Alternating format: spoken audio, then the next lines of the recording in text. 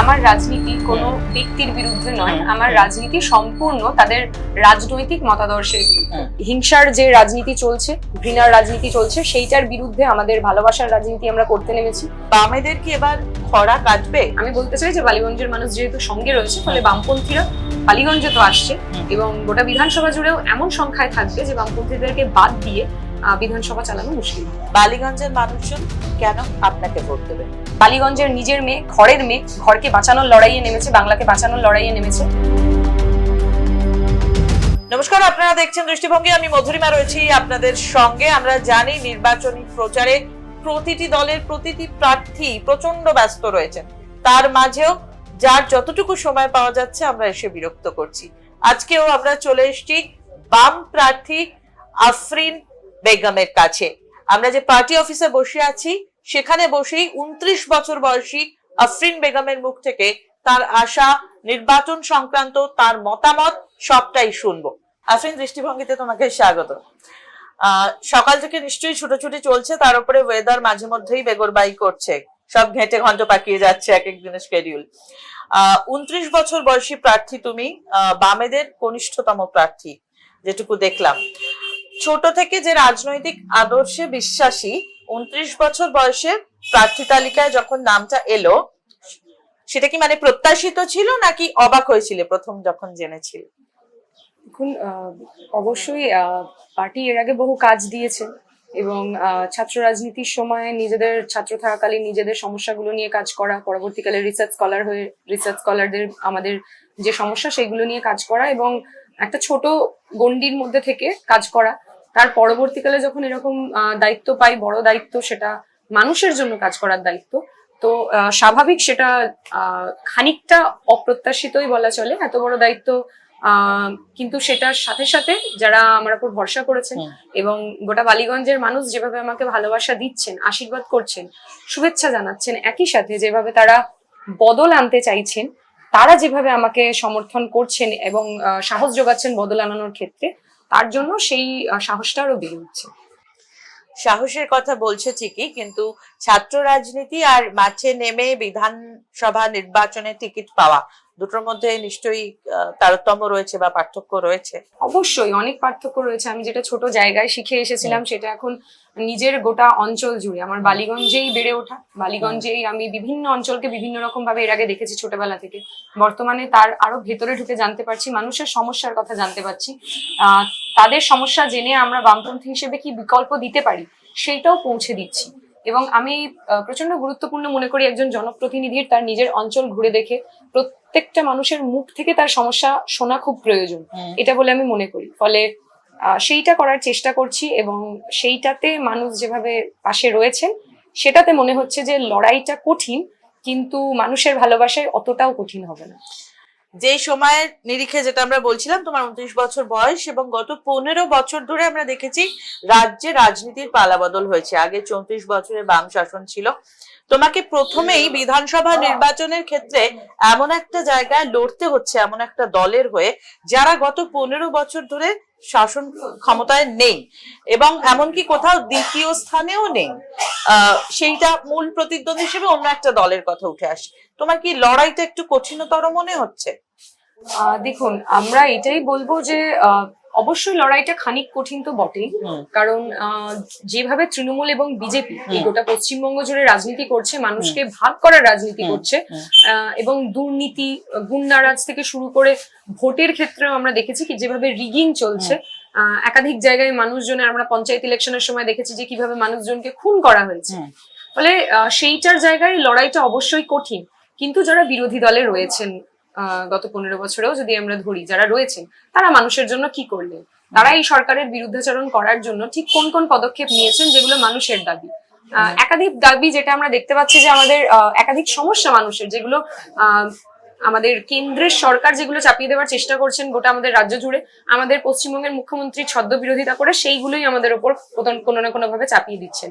ফলে বামপন্থীরা সবসময় এই ধর্মীয় ভাগাভাগির বিরুদ্ধে, এই দুর্নীতির বিরুদ্ধে, লুঠের রাজের বিরুদ্ধে কোথাও না কোথাও গিয়ে বামপন্থীরা রুটি রুজির প্রশ্নে মানুষের অধিকার নিয়ে লড়াই করছে, রাস্তায় নামছে। ফলে বামপন্থীরা নিজেদের শক্তি নিয়ে, সর্বশক্তি নিয়ে সেই লড়াই করতে নেমেছে এই নির্বাচনেও। বাংলা বাঁচানোর লড়াই, আমাদের পশ্চিমবঙ্গকে বাঁচানোর লড়াই, সাথে সাথে বালিগঞ্জকে বাঁচানোর লড়াইয়ে আমরাও সামিল হয়েছি।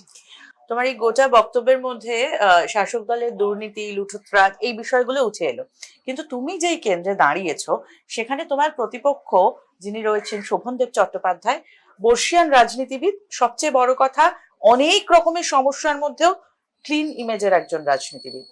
সেক্ষেত্রে তোমার স্ট্র্যাটেজি কি হচ্ছে লড়াইয়ে? দেখুন, আমি প্রথমেই বলি যে আমার রাজনীতি কোনো ব্যক্তির বিরুদ্ধে নয়, আমার রাজনীতি সম্পূর্ণ তাদের রাজনৈতিক মতাদর্শের বিরুদ্ধে। আমার রাজনীতি তৃণমূল এবং বিজেপির বিরুদ্ধে, ফলত আমার সামনে যেই আসুক না কেন সে তৃণমূল এবং বিজেপি, এবং তৃণমূল এবং বিজেপির রাজনীতি আসলে মানুষের বিরুদ্ধে। বিজেপি যেভাবে বিভাজনের ঐক্য মানে বিভাজন একদম করে দেওয়ার চেষ্টা করছে এবং তার সাথে মিলেমিশে তৃণমূল একাকার হয়ে গেছে। আমি নিজে বলতে পারি যে আমাদের এই বালিগঞ্জ বিধানসভা কেন্দ্রে বাই ইলেকশনে হচ্ছে যে বিজেপি থেকে নিয়ে এসে তৃণমূলের ওয়াশিং মেশিনে পুরো সাফ করে দিয়ে নাকি বাবুল সুপ্রিয়কে দাঁড় করানো হয়েছিল। যেই বাবুল সুপ্রিয় যে নিজে হচ্ছে যে দাঙ্গায় উস্কানি দিয়েছিল আমাদের পশ্চিমবঙ্গে এবং বাংলাকে ভাগ করার চেষ্টা করেছিল, তাকে তৃণমূল নিয়ে এসে যখন আমাদের বালিগঞ্জের মতো বিধানসভা থেকে দাঁড় করায়, সেখানে মানুষের বিপুল রিজেকশন পাওয়া গেছে। তারপরেও তিনি জিতেছিলেন এবং তাকে বর্তমানে তৃণমূল আর সাহস করেনি বালিগঞ্জে দাঁড় করাতে, তাকে রাজ্যসভায় পাঠিয়ে দেওয়া হয়েছে। তৃণমূল যদি সত্যি বিজেপিকে আটকাতে চাইতো তাহলে এই ধরনের প্রার্থীদেরকে তুলে আনতো না। এবং একই সাথে আমরা দেখছি যে বিজেপি যেভাবে SIR করলো, তৃণমূল প্রথমেই বলেছিল যে আমরা SIR হতে দেবো না। বর্তমানে আমরা দেখছি কিভাবে আমাদের বালিগঞ্জ বিধানসভা থেকে 23,000 মানুষের নাম বাদ চলে গেছে এবং তৃণমূল সেটা নিয়ে কিছু করছে না। আমরা বামপন্থীরা ট্রাইব্যুনালে গিয়ে মামলা করছি, সেখানে তাদের জন্য অ্যাপিল করছি এবং আমরা জায়গায় জায়গায় হেল্প ডেস্কও বসাচ্ছি। তার সাথে সাথে এই যে আপনি বর্ষিয়ান নেতাদের কথা বললেন, আমি বলবো যে আমাদের পশ্চিমবঙ্গে বলুন, আমাদের গোটা কলকাতা জুড়ে প্রচন্ড গরম পড়েছে। ফলত গরমে তিনি সুস্থ থাকুন, ভালো থাকুন, সেটার জন্য তাকে শুভেচ্ছা রইল। আমি মানুষের কাছে বাড়ি বাড়ি পৌঁছে যাচ্ছি, প্রত্যেকের সমস্যার কথা শুনছি এবং আমার কাজটা আমি করে যাচ্ছি। ফলে তৃণমূল বিজেপির বিরুদ্ধে যে লড়াই, সেটা যতই কঠিন হোক না কেন, মানুষ যেহেতু সঙ্গে আছে তাই সেই লড়াইটা সহজ। এই বালিগঞ্জ উপনির্বাচনের প্রসঙ্গে আসি তোমার উত্তর থেকেই। শেষ বালিগঞ্জ নির্বাচনে বামেরা দ্বিতীয় স্থানে ছিল, এটাই কি কোথাও একটা মনে মনে ভরসা বা বল দিচ্ছে এই লড়াইটাতে? অবশ্যই লড়াই করতে নেমেছি, মানুষ পাশে আছেন, সেটা অনেক বেশি সাহস যোগাচ্ছে, ভরসা বল সব দিচ্ছে। ঠিক একই রকম ভাবে এই কথাটাও খুব ঠিক, যেভাবে গোটা পশ্চিমবঙ্গ জুড়ে একটা বাইনারি তৈরি করার চেষ্টা হচ্ছে, সেটা মিডিয়াও করছে যে একমাত্র বিজেপি রয়েছে তৃণমূলের বিরোধী হিসেবে।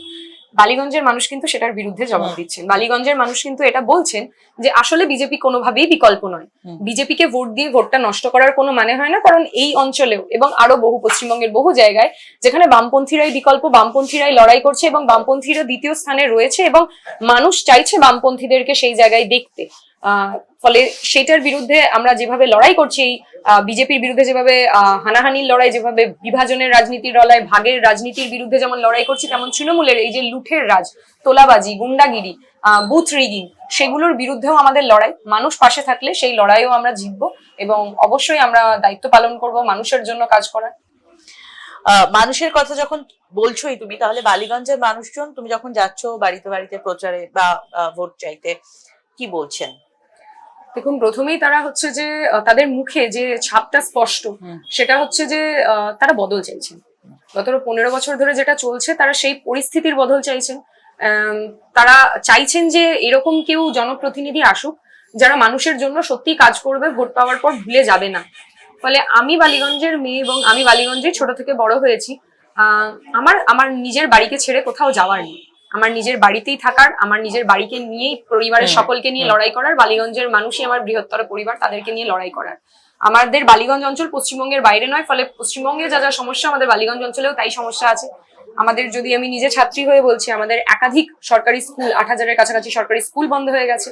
মাদ্রাসার গুলোর হচ্ছে যে একদমই প্রচন্ড সমস্যা, সেখানেও শিক্ষক নিয়োগ হয় না। আমাদের স্কুলগুলোতে SSC PSCর মতো চাকরি নেই, টিচার নিয়োগ হয় না। ফলে সেটার বিরুদ্ধে আমাদের যেমন লড়াই, সরকারি শিক্ষা কাঠামোকে যেমন আমরা গড়ে তুলতে চাই, ঠিক একই রকম ভাবে সরকারি স্বাস্থ্য কাঠামো, সরকারি স্বাস্থ্য কেন্দ্র, হাসপাতাল, সেগুলোকে গড়ে তুলতে চাই, যাতে নামে শুধু নয় কাজেও সুপার স্পেশালিটি হাসপাতাল হোক সেগুলো। এবং আমরা বিধানসভায় বিল পাশ করাতে চাই এই যে সরকারি স্কুলগুলো, সরকারি হাসপাতাল, বেসরকারি স্কুলগুলো, বেসরকারি হাসপাতালগুলো যেভাবে লাগামহীন ফিস বৃদ্ধি করে, বিধানসভায় আমরা বিল পাশ করিয়ে সেটা নিয়ন্ত্রণে রাখবো যদি মানুষ আমাদের দায়িত্ব দেন। একই সাথে আমরা হচ্ছে যে অভয়া টিম বলে একটা টিম, স্পেশাল টিম বানানোর চেষ্টা করছি। সেই টিমটা পাড়ায় পাড়ায় থাকবে। একটি অ্যাপের মাধ্যমে যদি কোনো মহিলা তিনি বিপদে পড়েছেন এরকম হন, তিনি সিগন্যাল পাঠাবেন, আমাদের অভয়া টিম সেখানে পৌঁছে যাবে এবং তাকে রেস্কিউ করে সেফেস্ট ডেস্টিনেশনে পৌঁছে দেবে। একই সাথে যে হাই রাইজ বিল্ডিং গুলো আছে যেখানে প্রচুর বাবা মা থাকেন, যাদের ছেলেমেয়েরা বাইরে থাকে, তাদের প্রচুর অসুবিধার মধ্যে থাকতে হয়, আমরা তাদের জন্য 24 ঘন্টা একটা কুইক রেসপন্স টিম আমাদের অ্যাভেলেবেল থাকবে, কন্ট্যাক্ট নাম্বার দেওয়া থাকবে, সেখানে তারা কন্ট্যাক্ট করলেই সেখানে তারা পৌঁছে যাবে তাদের সমস্যা সমাধানের জন্য। এইভাবে আমরা বামপন্থীরা বিভিন্ন বিকল্প দিচ্ছি সেই বাবা মাদের ছেলে মেয়েরা যাতে পশ্চিমবঙ্গে আবার ফিরে আসতে পারে, পশ্চিমবঙ্গকে যাতে আবার প্রযুক্তিগত দিক থেকে উন্নত করা যেতে পারে। আমরা পাড়ায় পাড়ায় এআই ট্রেনিং সেন্টার বানানোর চেষ্টা করছি, পশ্চিমবঙ্গকে এআই হাব আগামী দিনের জন্য যে গুরুত্বপূর্ণ সেইটা আমরা বানানোর চেষ্টা করছি, যাতে পশ্চিমবঙ্গ জব উৎপাদন করতে পারে, কাজ উৎপাদন করতে পারে, অন্য রাজ্য থেকে পশ্চিমবঙ্গে লোকজন আসুক এবং পশ্চিমবঙ্গ পূর্বের গরিমা ফিরে পাক। সেটার জন্য আমরা কাজ করছি, সেটার জন্য লড়াই করছি, মানুষের রুটি রুজির লড়াই, শিক্ষা স্বাস্থ্যের লড়াই, ধর্মীয় ভাগাভাগির বিরুদ্ধে, হিংসার যে রাজনীতি চলছে, ঘৃণার রাজনীতি চলছে, সেইটার বিরুদ্ধে আমাদের ভালোবাসার রাজনীতি আমরা করতে নেমেছি এবং এই বিজেপিকে যারা পশ্চিমবঙ্গে ঠাঁই করে দিচ্ছে তাদের বিরুদ্ধেও, তাদের দুর্নীতির বিরুদ্ধেও আমরা লড়াই করতে নেমেছি। তুমি বললে মোটামুটি তোমাদের কি কি কর্ম পদ্ধতি রয়েছে আগামী দিনে সেটা নিয়ে। এবার আমি আসি যে তোমার নিজের ক্ষেত্রে জেতার ব্যাপারে তুমি কতটা আশাবাদী? আমি প্রচন্ডই আশাবাদী, কারণ বালিগঞ্জের মানুষ, যেটা আপনাকে প্রথমেই বললাম, যে বদল চাইছে। এবার বদলের ক্ষেত্রে তারা যেভাবে বদল চাইছে, তারা বালিগঞ্জের মানুষ প্রথমেই বিজেপিকে রিজেক্ট করেছে এবং বামপন্থীরা দ্বিতীয় স্থানে রয়েছে এবং খুবই অল্প মার্জিনে তারা সেইবারে হেরেছিল। আমি বলতে চাই যে বালিগঞ্জের মানুষ যেহেতু সঙ্গে রয়েছে, ফলে বামপন্থীরা বালিগঞ্জে তো আসছে এবং গোটা বিধানসভা জুড়েও এমন সংখ্যায় থাকবে যে বামপন্থীদেরকে বাদ দিয়ে বিধানসভা চালানো মুশকিল হবে। এটা কিন্তু খুব বড় কথা। এর পরের যে প্রশ্নটা আসবো, যে বামেদের কি এবার খরা কাটবে? কারণ এই যে প্রত্যেক বছর বামেরা শূন্য এটা বলে যাওয়া হয়, যদি কাটে কটা আসনে কি মনে হয়? আমি আপনাকে এক্ষুনি সেটাই বললাম যে খরা তো অবশ্যই কাটবে। এবং দেখুন, আমি পশ্চিমবঙ্গে সব জায়গায় আমরা জিতে যাব, সরকার গড়ে ফেলবো, এইরকম কথা আমি বলছি না, কিন্তু অবশ্যই এটা আমি বলতে চাই যে সংখ্যাটা অবশ্যই এমন মাত্রায় থাকবে যে সেই বামের এই যে বিধানসভা, বাম শূন্য বিধানসভার জন্য যেভাবে তৃণমূল বিজেপি একের পর আক্রমণ সাধারণ মানুষের উপর নামিয়ে এনেছে, সেটা আর হওয়া সম্ভব হবে না। বামপন্থীরা বিধানসভায় থাকবে এবং সেই মাত্রাতেই থাকবে যাতে তাদেরকে বাদ দিয়ে কোনো রকম কোনো আইন পাশ করানো সম্ভব না হয়। লাস্ট প্রশ্ন করব, বালিগঞ্জের মানুষজন কেন আপনাকে ভোট দেবেন? তার কারণ বালিগঞ্জের মানুষজন এই মুহূর্তে বুঝে গেছে যে বিজেপি বিকল্প নয় এবং ঘৃণার রাজনীতি, হানাহানির রাজনীতি, এই সমস্ত কিছুর বিরুদ্ধে বামপন্থীরা লড়াই করছে। বামপন্থীরা রাস্তায় রয়েছে, বালিগঞ্জের নিজের মেয়ে, ঘরের মেয়ে, ঘরকে বাঁচানোর লড়াইয়ে নেমেছে, বাংলাকে বাঁচানোর লড়াইয়ে নেমেছে। বালিগঞ্জের মানুষের আশীর্বাদ, ভরসা, ভালোবাসা নিয়ে সেই লড়াইটা করবে এবং একটা সুস্থ সমাজ গড়ে তুলবে, গুন্ডারাজের বিরুদ্ধে, দুর্নীতির বিরুদ্ধে। আমাদের ছেলেমেয়েরা যাতে আমাদের মতো ছেলেমেয়েরা, যুবক যুবতীরা যাতে কাজ পায়, যাতে শিক্ষা স্বাস্থ্য সমস্ত কিছু সুরক্ষিত হয়, নারীদের অধিকার সুরক্ষিত হয়, সেটার জন্য বিকল্প একমাত্র বামপন্থীরা। অনেক ধন্যবাদ আফরিন, সময় দেওয়ার জন্য, কথা বলার জন্য। আগামী দিনের জন্য শুভেচ্ছা থাকছে তোমাকে। Thank you so much. আমাদের সঙ্গে ছিলেন আফরিন বেগম, বালিগঞ্জ বিধানসভা কেন্দ্র থেকে বামেদের প্রার্থী, কনিষ্ঠতম প্রার্থী, এবং তার মতামত আজকে ক্যামেরার সামনে বললেন মধুরিমা। এবং কেমন লাগলো আফরিনের বক্তব্য জানাবেন অবশ্যই, তার মতামতের সঙ্গে সহমত কিনা, এমনকি যদি অন্য কোনো মতামত থাকে সেটাও কমেন্ট সেকশনে লিখবেন। আজকের মতো মধুরিমা এবং এখানেই শেষ করছি। আমি মধুরিমা ছিলাম আপনাদের সঙ্গে, আমাদের সঙ্গে ক্যামেরায় রবিউল ইসলাম।